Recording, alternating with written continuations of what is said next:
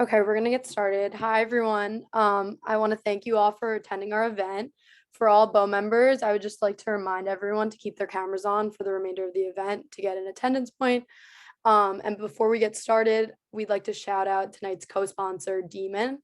And I will link a few links if you are interested in Demon. Demon is the Duke Media and Entertainment Alumni Network. So if you're interested in any of that, I'm going to send some links in the chat. But now I would like to introduce our speaker, Jessica Shaw, the Senior Vice President of Sync Licensing at Sony Music. Thank you, Tally. Thank you so much for having me, and hi, everybody. Thank you for giving up some of your time tonight to come and talk with me. So should I just dive in? And Yep. so I'd also like to give a shout out to Demon.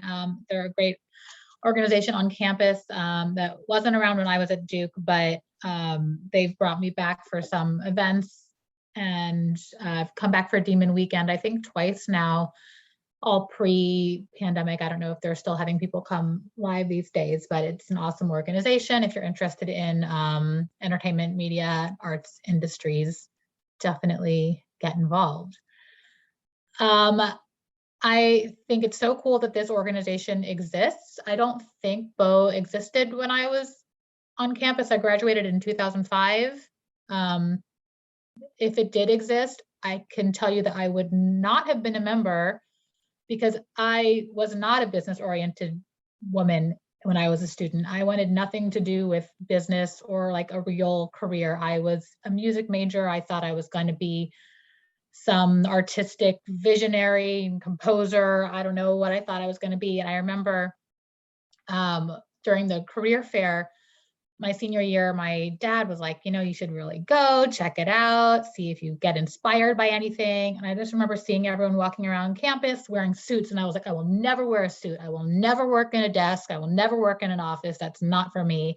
And here I am 15, 16 years later, and I'm an executive at a big corporation, basically. And it's funny to me that this is where my career took me, but I loved every minute of it. And I have had a really creative career. So I'm hoping that, first of all, I'm so impressed with any of you that have already figured out that like you can have a fulfilling life in business and in normal jobs. I was too naive and thought that that wasn't for me. And but I would love for tonight to kind of share with you my path, what my journey was, and to kind of shed some light on some of the more creative sides of what a career in business can be.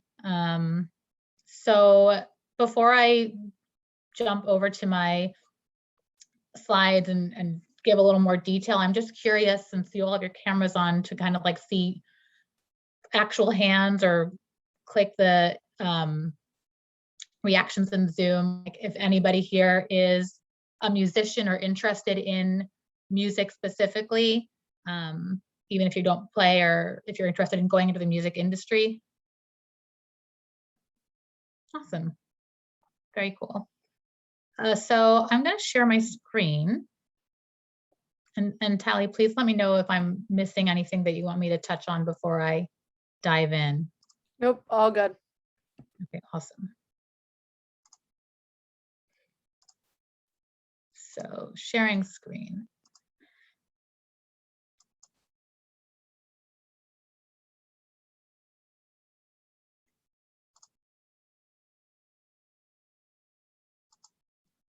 All right. Can you see this? Did I do it right? Okay, great. So I'm going to talk a bit today about what I do and how I got to doing what I'm doing, to kind of give you a window into my very unique little corner of the music business. And I think we'll have time for questions after. So please feel free to, or Tally, you tell me, but people can chime in the chat or something. Feel free to interrupt me if it makes sense, if you have something pressing you're curious about. But my area of the music industry is called sync licensing. And it's basically putting music to picture. It's anytime you see music in film, TV, a commercial, that is what I work in. And it's a really exciting part of the music business from my perspective, because it is a really great meeting of the business and the creative side. So like every single day you get to use like both parts of your brain, basically.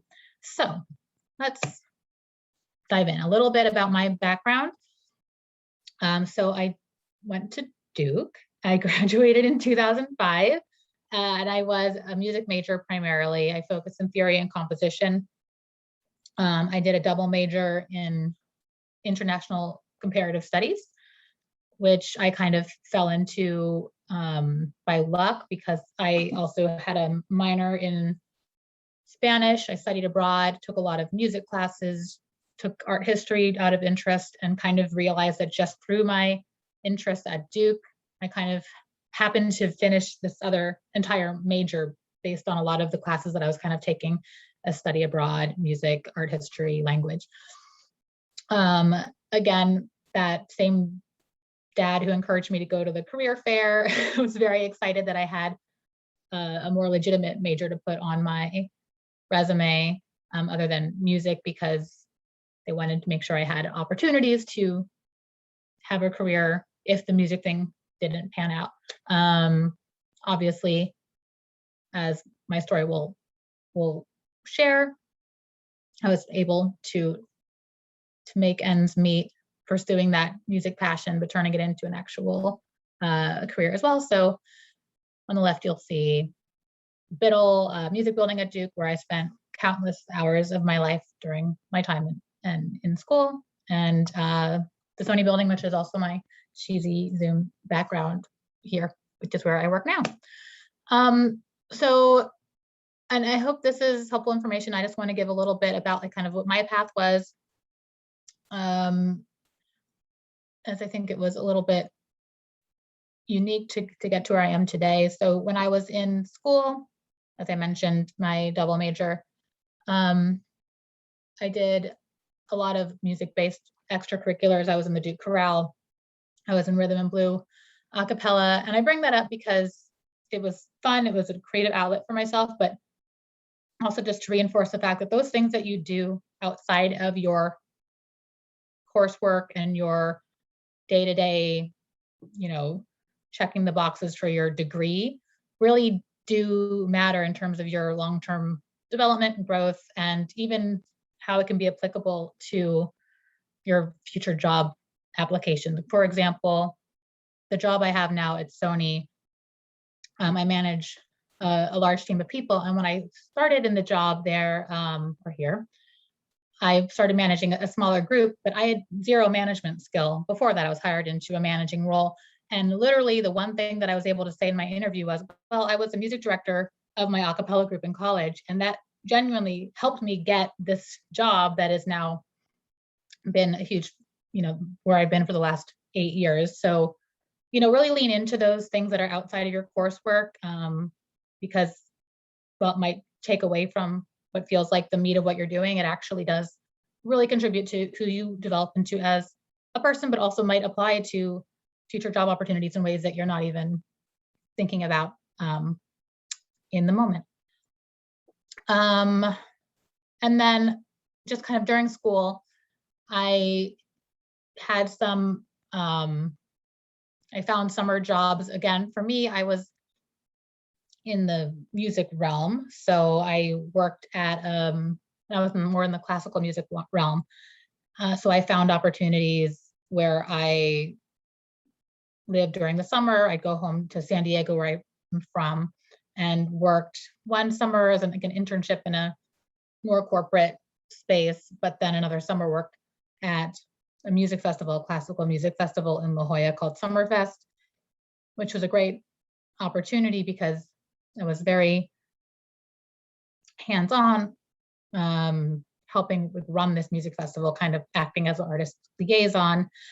And it was such a good learning experience. And what it really taught me was, again, like something I didn't want to do, right? Like I said, I thought that I wanted to be on the creative side. I didn't want to work in an office. I didn't want a desk job. But I learned like one of the creative sides of being in the music industry is working with artists, working with performers, going to rehearsals, going to shows, and just being on like 24/7. And for me, that was just didn't appeal to me. And it was a really good learning opportunity to say, okay, so I love music. I want to work in music, but maybe I don't want to work in live music. Maybe I don't want to work, managing artists. Maybe I don't want to be on the, kind of front lines of things. So after school, I moved to New York. Again, still thinking I wanted to pursue a really creative career. I just graduated. I'd focused in composition while I was studying. And at that time, my two favorite professors at Duke were in New York, were two composition teachers. One was doing Duke in New York, Professor Anthony Kelly. I don't know if anyone here studies with him or knows him. And the other had left Duke and was teaching at NYU. So I was like, I'm going to move to New York. I'm going to keep like working on my portfolio and be like to apply to schools, grad school for composition. And I left school and I came to New York and I realized like I kind of had lost the drive. I was like, what? I'm not like, I don't feel compelled to just sit in my room anymore and write music. Maybe it's not what I'm meant to be doing. I was just so much more interested in like interacting with humans and seeing what else was out there and not, having the mentality of what you really need to be a performer or a composer or a really serious artist, which is you have to be able to like be dedicated and put in the work. And I realized maybe I needed to explore my options more and see what kind of actual like jobs I could get in the meantime until I got my drive back and went back to that path of applying to grad school. So during that time, I applied for, I think 50 jobs, literally 50 jobs while I was in San Diego. This is before I moved to New York, and learned that I didn't get like a single call back because people knew I wasn't based in New York. So that's my number one tip. If you wanna, this is, I guess, all really kind of moot now because since COVID, so much happens remotely and location isn't as important. So take this with a grain of salt. But I found that the minute that I just was willing to take a plunge and commit and move to New York, doors really opened up because it was showed people I was committed to like being there, that I was there, and that I could start a job tomorrow if they would take a chance on me. So that was one kind of first step to my path to breaking into the music industry in New York. The second was really being at Duke, like take advantage of the people you meet and the connections that you make, because it is such an opportunity to kind of get your foot in the door places. So for me, that was through, again, Professor Kelly introduced me to somebody at ASCAP, which is a performing rights organization for songwriters and composers based in New York. And through that introduction, I managed to get an internship with this amazing organization. So that was my first kind of full-time anything in New York, or part-time, but like actual like going to a job and having a cubicle and being part of a team. And I ended up loving it. The second note on there, I was a personal assistant to a conductor and performer in New York as well. And that was something I secured, again, through a connection through a former a student at Duke, an alumna who I was friends with, who connected me to somebody who, so I would say like very important, lean into your connections. Don't be shy to like ask people that you can buy them a coffee or have a Zoom call or email people. I get contacted all the time on LinkedIn or randomly from Duke students. I can't always respond, but I try to. I really do try to. And if you ever do try to contact me and I don't reply, feel free to bug me again. I always try to give back to people that are have the courage to reach out blindly, because it's so important, and it's such, an important first step to kind of getting a foot in the door somewhere. So from there, I moved into my first like full-time job. And again, I really kept trying to explore, okay, I thought I wanted to be a composer, but you know what? That's actually not for me. I don't have what it takes to dedicate my life to trying to do that creatively. And I want to do something where I get to use other parts of my brain. I want to get to interact with people. I'm very social. I want to, wanted to figure out what I could be doing with my life outside of just the purely creative path. And through a lot of interviews and seeing what was out there, I discovered the world of music publishing, which I knew nothing about before I moved to New York, but discovered that it's this whole area of the music industry where you are kind of like very far removed behind the scenes, but get to work with composers and songwriters and kind of be a part of like how the music is made and how those people, how the rights of their music are managed. So that was my next step. I found a job opening at a classical publisher called Boozy and Hawkes. They're based in London. They had an office in New York. And my first job was literally editing and writing marketing copy for like sheet music. So anything from, piano scores, but primarily it was educational content. So band and choir music. I was writing, helping like edit notes, like the text and notes in the actual sheet music. I was helping write like the marketing materials. I would go to band and chorus conferences.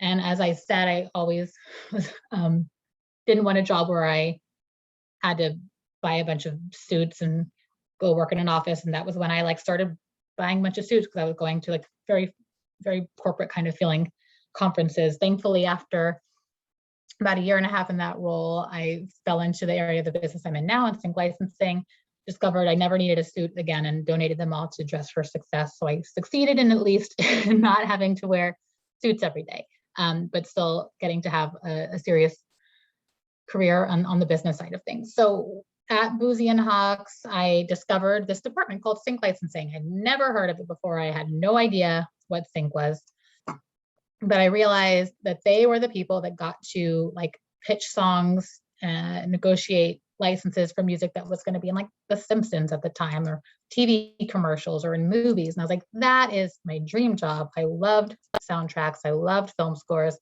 How do I get into that area of the business? So I really was lucky enough to kind of be within a company already where I identified this area of the business that I was interested in, and just really like made myself very present. I got to know that department. I made sure they knew I was interested in it. And finally, they decided to expand and create a new role on their team. And I interviewed, and they didn't hire me. And they offered the job to probably 15 other people. And it never worked out. And finally, like 4 months later, I get a call into my boss's office that I was sure was just going to be like, give up. Finally, it's not happening. And they offered me the role. I was like, well, clearly they went through everyone else that was more qualified and they couldn't find someone. I was lucky enough they took a chance on me. And really that was the rest for me, is that was what launched me into the path of the career that I've been on ever since. That was in 2008, I think, that I switched into that department. So from there, I moved over to Warner Chappell Music a couple years later, moved over to Universal Music Publishing after that, and now I'm at Sony Music on the label side. So those three companies I just mentioned, Boozy and Hawkes, where I started, is an independent publisher, or was an independent publisher, I should say. They were subsequently acquired by a larger company called Amalgam, which was then acquired by another larger company, which was then acquired by another company. So it is now part of Concord, I believe, Music Publishing. I'll just say there are a lot of companies out there on the publishing side and on the record label side, of varying sizes, lots of really small indie labels, lots of mid-sized labels and publishers.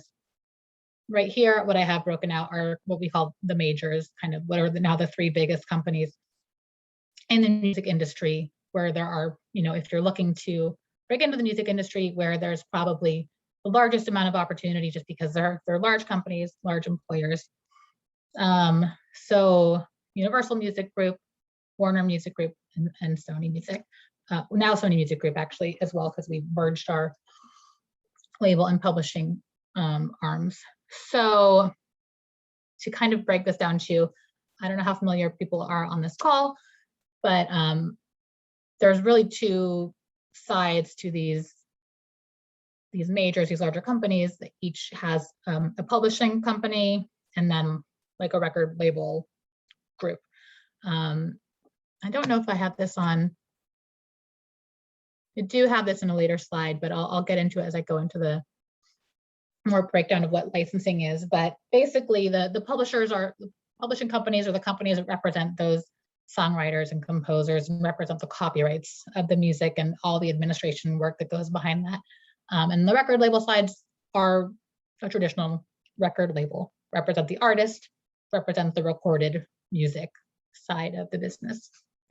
And again, there are hundreds of publishers and record labels out there, and other ways to get involved in the industry as well. Live music, like a Live Nation, or working in artist management, talent agencies. There's all different ways to get into the music industry. My career has always been in publishing and then on the label side. So to just kind of I'll give a pretty brief overview of this presentation, and please excuse like the very tacky brick red print layout. This is built off a presentation we made years ago, and I told Tally I was going to redesign it, and I didn't get a chance to. So pay attention to the content and ignore my tacky bricks. And a lot of this is also leaning on the Demon presentation I did a couple years ago for the music department, which was much more heavy into the actual like work of what sync is and what I do. So I'm happy to answer more questions about that in detail if people are interested. But just to walk you through quickly what my part of the business is for a couple of minutes, and then Tally, I don't know how much, when you want to flip over to questions, but I'll just keep talking until you ping me if I go too long. Whenever you're done. Okay, cool. So what is sync licensing? So here we have the definition, which I'm partially covering with these windows. So let me move that. So synchronization is the right to use or play music within any kind of motion picture or visual media output. So this includes films, TV shows, trailers, TV promos, video games, apps, digital short form content, commercials, branded videos, et cetera, et cetera. So anytime you see music set to picture, any kind of moving media, that requires a synchronization or sync license. So what does the sync team do? What does my department do? We service the Sony music labels and catalog for sync and the artists. So under the Sony music umbrella is Columbia, RCA, Epic are kind of the three flagship labels. We now also have Arista as another major label under the Sony umbrella. There are multiple departments within Sony Music. It's a little complicated. There was some like restructuring a few years ago where we kind of broke into smaller departments, but that's more information than you need for this presentation. At the end of the day, we all are kind of part of one larger team. And our goal is to find placements for songs by our artists in various media. So our clients then are the music supervisors. Music supervisors are the people that pick out music for their, a movie, a film, or TV show, or a commercial. The filmmakers, TV networks, etc. So we interface mostly with, on the brand side, mostly with ad agencies or third-party music supervision companies. On the film and TV side, it might be with the networks directly or the film studios, again, music supervisors. We have thousands of clients that we deal with on a regular basis. And I should say our team right now is part of my where I sit in the company. I was overseeing the team that serviced just the commercial clients for several years. And then about a year ago, I stepped into the role of overseeing the full department across all media areas. So across film, TV, commercials, video games, everything. And that team is about 20 people that sits centrally within Sony Music. And I mentioned there are also other smaller departments that service like Columbia RCA and Epic directly. So between those teams, there's about 15 or 20 other people within Sony Music that basically work on the same side of the business, which is pitching artists and songs for licensing opportunities. So that means we've got about 35 to 40 people across Sony. So my team of 20 plus the other departments, just trying to find opportunities for our artists and our music to be placed in a piece of media. And I mentioned too, Sony Music Group, I work on the label side. I work on the recorded music side. Sony Music Group as an umbrella also has a publishing company, which just rebranded this year, Sony Music Publishing. It used to be called Sony ATV. Sony Music Publishing has an even larger catalog than we do on the recorded music side. And I'm sure they have probably at least 30 or 40 people on that side that do this exact same thing. So it's a smaller side of the music industry than some of the more obvious, well-known sides, such as like marketing or sales. But it's not small, it's a big part of the business. This is a little more detail than we need to get into for this conversation, but just an example of the creative side of what we do in sync licensing, which is pitching our music to music supervisors or whoever our clients are. So a lot of what we do, which is the fun part of the job, although it's all fun in different ways, but the more obviously creative side is we pitch songs for opportunities. So part of that is just proactively saying like, hey, we really think Ty Veritas is like this really up and coming star. The song A-OK is like so positive and has like such a good message. We think like Coca-Cola should really consider using this in their next campaign, and like kind of doing proactive outreach. But a lot of what we do is this kind of reactive pitching where our clients will send us a brief and saying, you know, we're looking for songs focusing on resilience, overcoming obstacles, working hard, and we'll send like, in this instance, this one particularly says, song should be female fronted hip hop or pop with a solid mid-tempo beat. Like that's a very typical kind of brief we would get. We'll send our client 10 to 20 songs that we think fit that brief. Usually turnaround time for searches like this is at most 2 or 3 days. Usually it can often be 2 or 3 hours, and we just have to be very nimble every day. We don't know what's going to land on our plates. You have to be very responsive. You have to know your catalog, know your artists really well. We have plenty of systems in place to help us search our catalog and find music that fits our briefs. But a lot of what we do is listening to music all day long and learning, you know, what's coming out, what's new, what's in our catalog. Our catalog goes back 100 years. So that's the fun creative side of what we do. On the business side, which is also really fun, if you like negotiation, is where we work on the clearance side. So our clients will say, okay, from that pitch you sent, I really want to license this Jimi Hendrix song. How much would it cost for this set of rights? And we'll negotiate terms, we'll negotiate fees, and we'll take that to the Hendrix estate and say, this is what we think is fair. Do you approve or not? And we are kind of the go-between between the clients, the people that will license the music, and our artists representatives or their estates.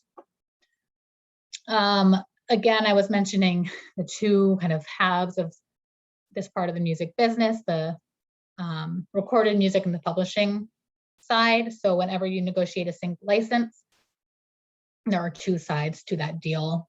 The master rights, which are the recorded music, the publishing rights, which is the composition. So like what the songwriter or the composer writes versus what the artist records on the recording side. This is a very, just quickly to show you the very different kinds of scenarios. Starting with song number 2 on the right, you'll see a very simple situation where the recording artist, it's just one artist, and they also happen to write the song, one songwriter. So you only need to clear with one party on each side. That is not always the case. Most often it's not the case, especially with current pop and hip hop music, where you'll have many rights holders on either side, where in this example you have song number 1, the master rights is a recording with 2 samples and 2 side artists, and the publishing rights is a composition with multiple writers. So you'll see that there are often very complicated split scenarios. If you like math, if you like negotiation, it's really, there's never a dull moment, and it's always, can be a really interesting part of the business to be in, to kind of be negotiating those scenarios, those rights, and often working very closely with our business affairs teams and our lawyers to determine what our rights are, and should the rights, like, well, what percentage should we claim if the use, if there's a side artist on this track, but their vocal isn't featured in the 30-second clip being used, how does that affect the percentage we could claim? So yeah, there's never a dull moment. It keeps you on your toes. This is just a quick example of how what we do in the sync world can really affect like the larger initiative for the label or the artist, which is often helping break artists through a really meaningful, impactful sync or a music placement. These examples are a bit outdated, but fun ones. The left is LSD, which is Labyrinth, Sia's, and Diplo's kind of super group from a couple years ago, which we got placed in a big Samsung campaign. One of my colleagues worked very closely on and helped really break this song. I think it was Genius at that time. And this is on the right, Leon Bridges, who has been a really fun artist to watch grow and develop since my first years at Sony, whose song River was used in Big Little Lies in a super impactful scene, and it just exploded. The streams and kind of consumption of that song was exponential as a result of the use. It was a very prominent use within that show. So it's really exciting when we have opportunities like that, where one of the songs that we place in a show or film or TV commercial has a big impact on that song's performance in streaming and helps the artist's development. Quickly, just to touch on a little further on how licensing, sync licensing can kind of ties into the larger music industry. So here I have kind of broken out the growing importance of sync within the scope of the music industry at large. So step 1, or the first bullet here, is license fees. Obviously, we bring in a significant amount of revenue for the record labels, and on the publishing side, it tends to be even a bigger piece of the pie in publishing companies. So that's obviously significant for both the labels and the artists or the artist estate, that the money that we bring in is important for our bottom lines and also important for our artists. It helps drive numbers for sales, Shazam, and streaming, as I mentioned with that last example, that a very impactful placement of a song in a meaningful moment in a TV show or a film trailer or a commercial can really drive streaming and growth and artist development. So kind of building off of that, optimization efforts and coordination with our digital marketing team. So what we do is work very closely with the marketing teams at the labels and within the catalog group at Sony to make sure that they are always aware of any big things we have coming up. So we have lines of communication open to make sure we have a way to notify them, like, hey, we have this big trailer use coming up. We think it might be impactful? We often don't know until it happens, but the marketing teams will then work off of that information to optimize that track or the artist catalog in a way that we can capitalize as much as possible off of those placements. So making sure the product is available at all digital service providers or DSPs, which sometimes it isn't. So we'll sometimes license a track that's really old and is not a big song and was never delivered to DSPs. So our like catalog A&R will rush to get the song digitized and serviced to Spotify, Apple, etc. We might optimize playlisting, make sure that music video is available, make sure that the Shazam is properly linking to the song. So just a further kind of building onto that topic, we work very closely with A&R, marketing, business affairs, and sales. With A&R, we're always in touch to make sure that we're up to date on new artist signings and new releases. We have many meetings every week with all the different labels to make sure that we know what's coming, what new releases are around the corner, so we can pitch those to our clients on the licensing side. That's with A&R and marketing. Again, business affairs, I mentioned, we work with very closely on just deal plans and splits and approval processes and rights and what we control and what we don't control and who we have to go to for approvals on everything. And then sales and streaming, as I mentioned as well, trying to help make sure that we're doing everything we can to kind of build off of the placements that we get. So yeah, that's everything in a nutshell from my end. I think again, I'm very impressed with anyone who took the time to took time out of their evening to join this chat and to just know that you're probably all light years ahead of where I was at this point in my college career, that you've already identified a career path more solidly than I had at this point. But I hope this helps kind of shed light on some of the more creative industries out there. Thank you so much for that, Jessica. I just wanted to see if anyone had any questions. Feel free to unmute yourself or you can put in the chat. I'm just going to turn off my slides because I think that there's not much else to get out of those here. Yeah, Joyce has a question.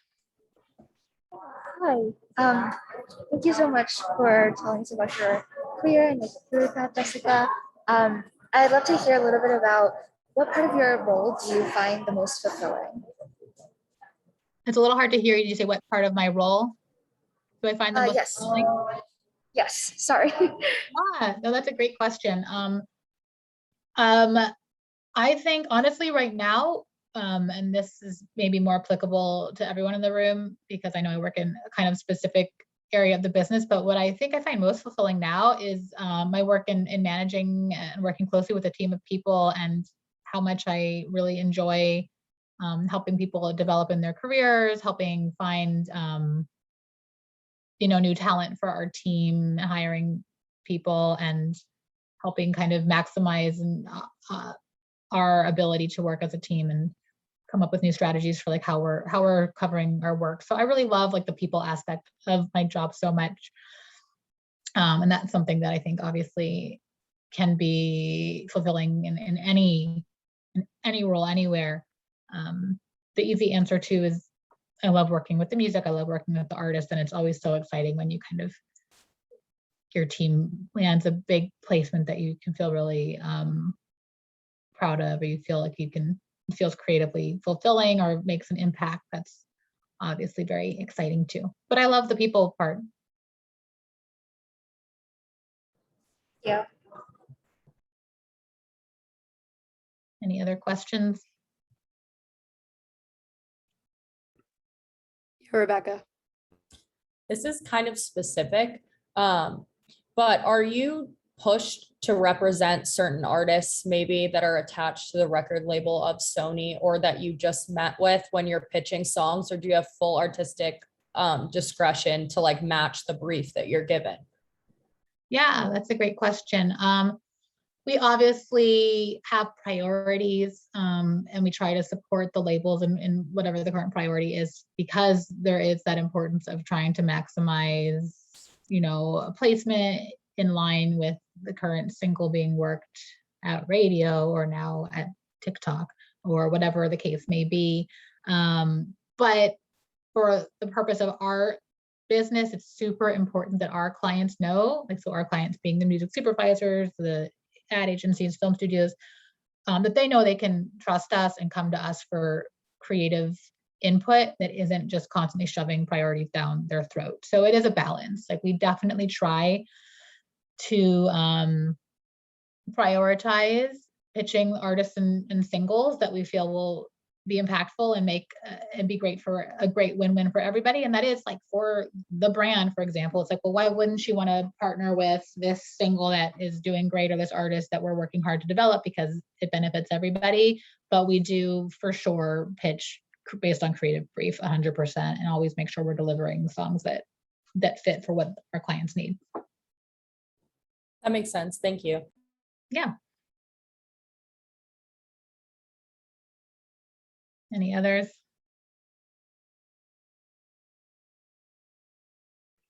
If there aren't any other questions, or if you think of one, you can put in the chat. But I have a few questions also just prepared. So one thing I was wondering was, what is the coolest project you've been a part of? Oh, that's so tricky. The coolest project I've been a part of. So I really have spent most of my career on the brand side, and I'm just now working more closely on the film and TV side. So personally, commercials has been most of where I've personally invested in. My favorite thing that I've ever been a part of that I always think back to is one where I was able to work with two of my favorite artists of all time in one campaign, which was Simon and Garfunkel and First Aid Kit. I don't know if you're familiar with First Aid Kit. They're a Swedish sister duo, like kind of folk music, who I've loved forever. And then Simon and Garfunkel, I was just raised listening to in my household. So First Aid Kit does a cover of America by Simon and Garfunkel that I saw them do live, like, I don't know, I guess 10, 15 years ago, at Webster Hall in New York. And it was just like so breathtaking. I was like, man, if I could ever like place this song in something, that would be like the pinnacle of my career. But it'll never happen because it's very hard to clear Simon and Garfunkel's, or Paul Simon's publishing, because he wrote all the music. And it's very expensive. So who's ever going to pay for the song, but then license this cover? And I guess it was probably like 5 years ago now, Volkswagen did a campaign they built around the song America by Simon and Garfunkel. So we ended up licensing the song. We control the recording. So that was a huge, amazing win. It was one of the highest licensing fees deals I've ever worked on. And also just so fulfilling because it's a song and an artist I'm so passionate about. But then they ended up building out the campaign where there were more spots that featured covers in different versions. So I actually had the opportunity then pitch the First Aid Kit cover, and it was used in one of the spots. So it was just this awesome moment of like getting to see both songs in the same campaign with Volkswagen.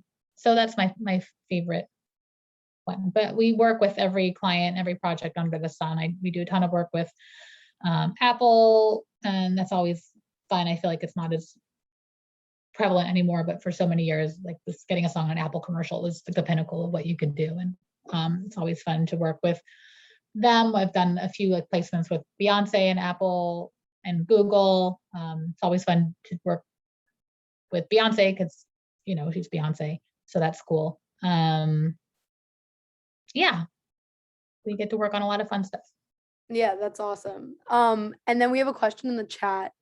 So it says, if they're curious if the people around you in your workplace also come from a similar background as you, like basically majoring in music, or from a more business oriented background, or do you find both the music and business experiences are equally important in your role? That is such a good question. I would say it's definitely a mix.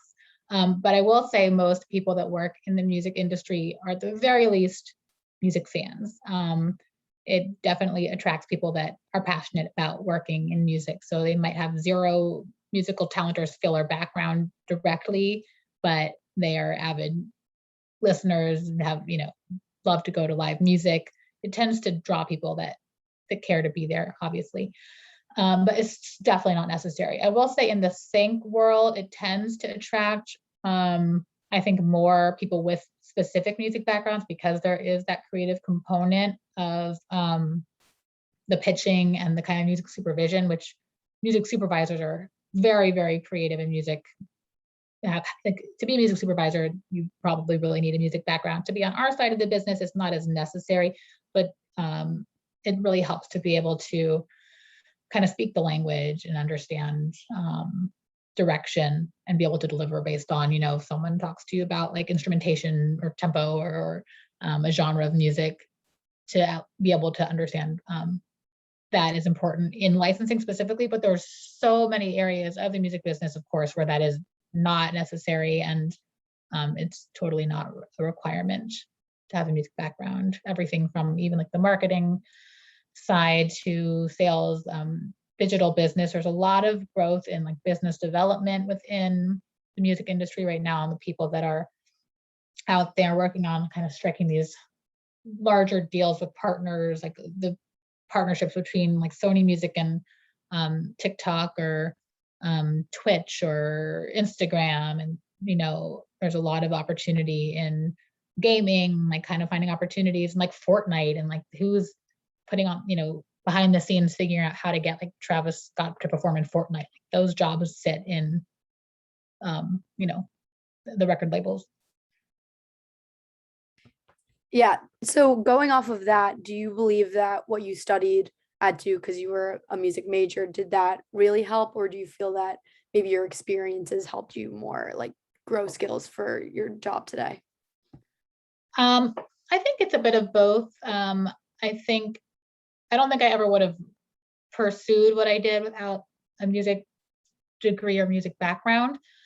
And I think it helped me, but I wouldn't say I during my day to day am referring back to like my theory homework that I did sophomore year, so it's not like a direct correlation.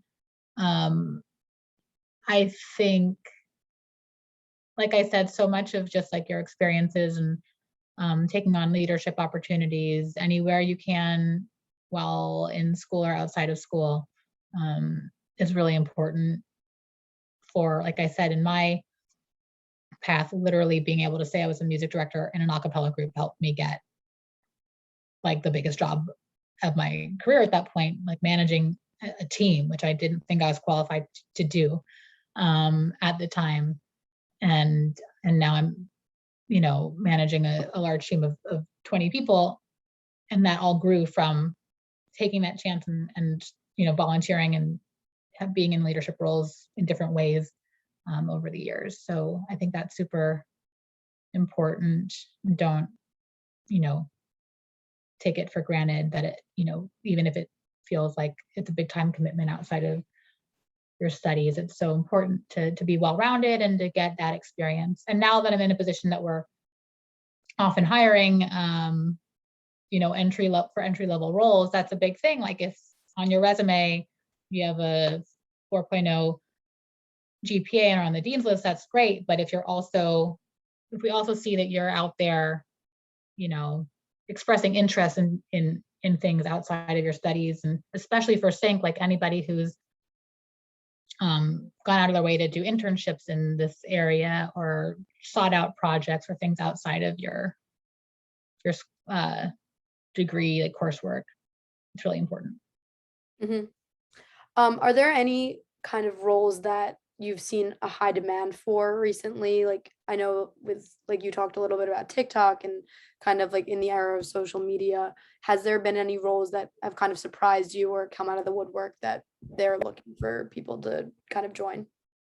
Yeah, I mean, for a while there was so much emphasis on like digital marketing and social media marketing, and now that's literally just marketing, right? Like there's no more differentiation really between what is like digital or social marketing versus what's marketing in general. So I think like there's obviously so much like growth and understanding of the importance of social media and those platforms in the industry right now. There's so much emphasis on kind of just those larger partnerships and what opportunities we can find, like influencer marketing and micro influencer marketing and all these things that are not my area. So that's, I think what I'd say is the biggest thing now. And obviously like ByteDance and TikTok, are is a massive employer now. A lot of like Netflix is, like all these streaming platforms across different media areas are really blowing up right now. Great. And then my last question, if there's not any more questions, is kind of just to end off on, is there any advice you would give for people not only going into the music industry, but I guess any students who are looking to work in business at all?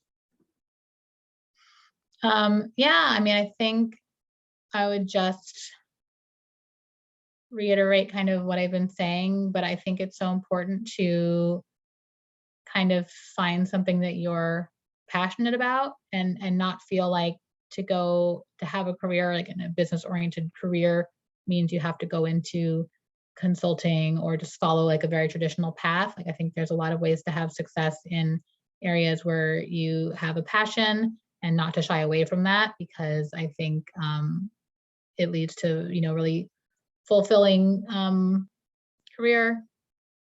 And there are a lot of ways to kind of really meld the creative and business sides and keep an open mind and try to find a way to marry your creative passions and your business ambitions. All right, that sounds great. Does anyone have any more questions? They can put in the chat, unmute, raise your hand. All right, well, if not, thank you so much, Jessica. This was amazing. I really, really enjoyed your talk. And I just wanted to reiterate, I'm going to send the links for Demon in the chat if anyone's interested. And you can check them out. But other than that, that's all I have. Thank you for coming. Yeah, thank you so much for inviting me. And yes, I give another shout out to Demon. They're a great group. So definitely check them out. Thank you so much, Charlie. Thank you. Appreciate it. Bye.